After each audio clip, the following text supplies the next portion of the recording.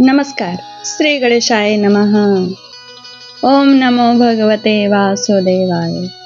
ओम गोविंदाय नमः। ओम मुकुंदाय नमः। आषाढ़ मास शुक्ल पक्ष की शयनी एकादशी का महात्म्य सुनाऊंगी। आषाढ़ मास शुक्ल पक्ष की शयनी एकादशी 6 जून को है। सूर्योदय से सूर्योदय तक यह व्रत माना जाता है और इसे आषाढ़ी एकादशी भी कहते हैं। इस एकादशी के दिन क्या महत्वपूर्ण घटना होती है वह इस महात्म्य में जानें। भगवान विष्णु की पूजा की जाती है।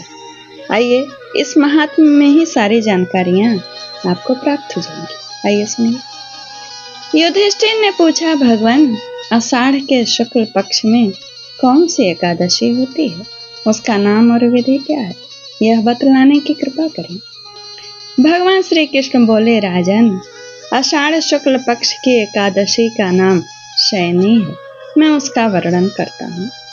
वह महान पुण्यमयी, स्वर्ग एवं मोक्ष प्रदान करने वाली, सब पापों को हरने वाली तथा उत्तम व्रत है।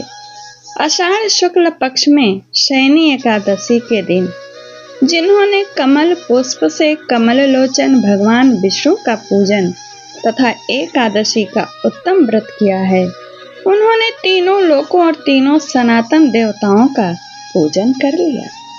हर शयनी एकादशी के दिन मेरा एक स्वरूप राजा बलि के यहाँ रहता है, दूसरा क्षीर सागर में शेषनाग की शैया पर तब तक शयन करता है जब तक आगामी कार्तिक की एकादशी नहीं आ जाती।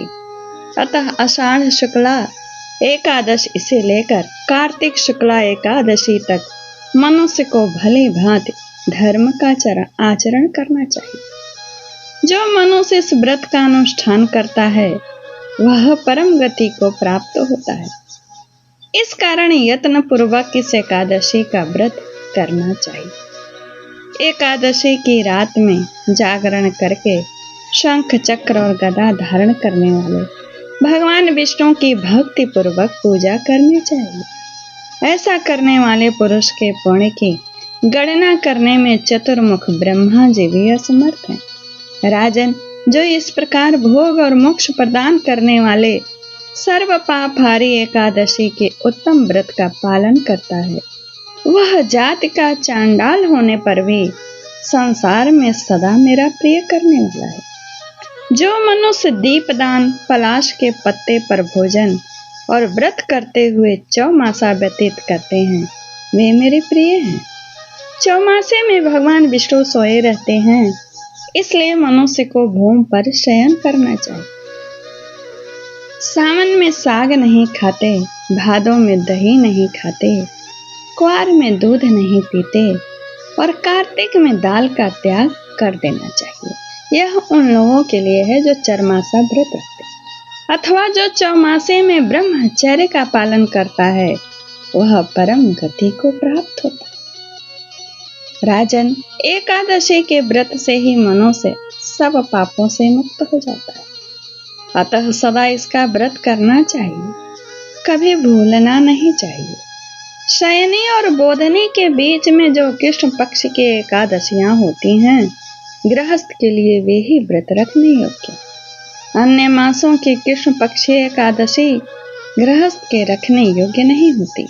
शुक्ल पक्ष की एकादशी सभी को करना चाहिए। और जो ये 4 महीने में त्याग बताया है, सावन में साग, भादों में दही, कुआर में दूध और कार्तिक में दाल, यह जो नहीं व्रत करते वे भी कर सकते हैं। इस तरह एकादशी महात्म्य यहीं पर पूर्ण होता है। नमस्कार। जय श्री कृष्ण। ओम गोविंदाय नमः। ओम नमो भगवते वासुदेवाय। नमस्कार। जय श्री कृष्ण।